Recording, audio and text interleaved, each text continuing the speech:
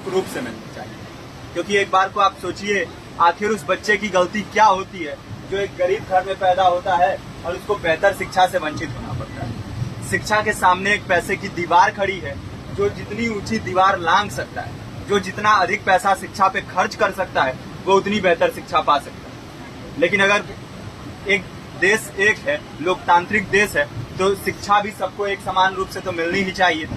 आज परिस्थिति ये है कि एक तरफ तो प्राइवेट स्कूल हैं जो लूट के अड्डे बने हुए हैं, वहां पे आप एडमिशन कराने जाएंगे तो सिर्फ एडमिशन के नाम पे ही आपको 10,000 20,000 रुपए देना होगा। और कमीशन खोरी का ऐसा धंधा है कि कॉपी, किताब, टाई, बेल्ट, ड्रेस, जूता कहाँ से खरीदना है ये आप नहीं तय करेंगे वो प्राइवेट स्कूल वाले। यानी आम लोगों की मेहनत की आखिरी कौड़ी उनके जेब से वसूल लेना चाहते हैं। और दूसरी तरफ सरकारी स्कूलों में न तो पर्याप्त टीचर हैं, न पर्याप्त बिल्डिंगें। 2019 का ही ये पुराना आंकड़ा है कि हर 100 में से 52 स्कूलों में या तो एक टीचर है या 2 टीचर हैं। और उन्हीं टीचरों के ऊपर जिम्मेदारी थोप दी जाती है कि जनगणना करो, मतगणना करो, पशुगणना करो, तमाम काम करवाए जाते हैं। और 19 के बाद से तब से कितने टीचर रिटायर हुए होंगे और 18 के बाद से कोई टीचर की वैकेंसी भी नहीं है। आप खुद भी सोच सकते हैं ये परिस्थिति और कितनी बिगड़ी हो। इसीलिए हम लोग ये मांग उठा रहे हैं, चाहे कोई राष्ट्रपति का बच्चा हो या किसी मजदूर का, सबको शिक्षा एक समान मिलनी चाहिए और निःशुल्क रूप से मिलनी चाहिए। प्रेमचंद ने अपने दौर में भी कहा था कि एक सभ्य समाज में ऊंची से ऊंची तालीम मुफ्त होनी चाहिए और इसका पूरा खर्च गवर्नमेंट को उठाना चाहिए, क्योंकि हमारे देश को फौज से ज्यादा आवश्यकता तालीम की है। और शिक्षा से जुड़ता हुआ ही दूसरा मुद्दा हम लोग उठा रहे हैं। दूसरा मुद्दा है रोजगार का।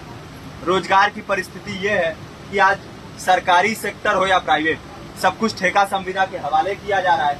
परमानेंट नौकरियां लगातार घटाई जा रही है।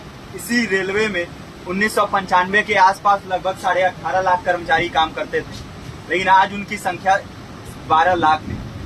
आप खुद भी सोच सकते हैं कितने बड़े पैमाने पे परमानेंट पदों को घटाया जा रहा है। और आज आलम ये है, एक तरफ लाखों पद खाली पड़े हैं, फिर भी कोई वैकेंसी नहीं निकलती। जो वैकेंसियां निकलती हैं उनमें भ्रष्टाचार होता है, पेपर लीक हो जाते हैं। RO, UP police, BPSC, SSC, CGL, ऐसे तमाम पेपर लीक हो चुके हैं, आप लोग भी जानते ही हैं। अभी नीट की धांधली में ये पता चला कि एक एक पेपर 30 लाख से 50-50 लाख रुपए में बेचा गया। हम और आप तो ये पैसा नहीं दे सकते। पूरी की पूरी कारस्तानी सरकार, प्रशासन, शिक्षा माफियाओं की होती है। और भुगतता कौन है? आम घरों के लोग, जो लोग सालों साल तैयारी करते हैं, दिन भर में 10-10 घंटे, 12-12 घंटे पढ़ते हैं। और इतनी कड़ी मेहनत के बाद, सालों साल की मेहनत के बाद उनके हाथ लगती है तो सिर्फ हताशा, निराशा, अवसाद।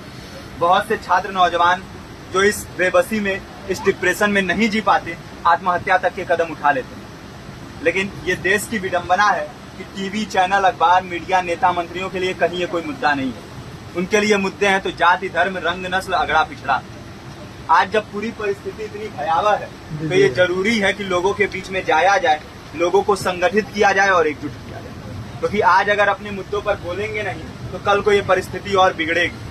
हो सकता है ले देके अपनी जिंदगी तो हम लोग काट ले जाएंगे, लेकिन आने वाली पीढ़ियों को क्या भविष्य देके जाएंगे, ये भी सोचने वाली बात है। हमारे साथी ने आपको पर्चा दिया है, पर्चा आप तक पहुंच गया है। पर्चे में और भी बातें हैं, इसको पूरा विस्तार से पढ़िए। पर्चे में हमारा नंबर है, संपर्क कीजिए।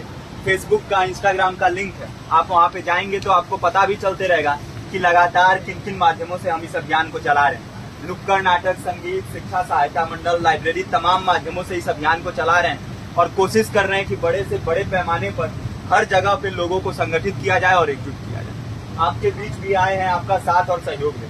साथ इस रूप में कि आप भी हमारे इस कारवां और इस मुहिम से जुड़िए।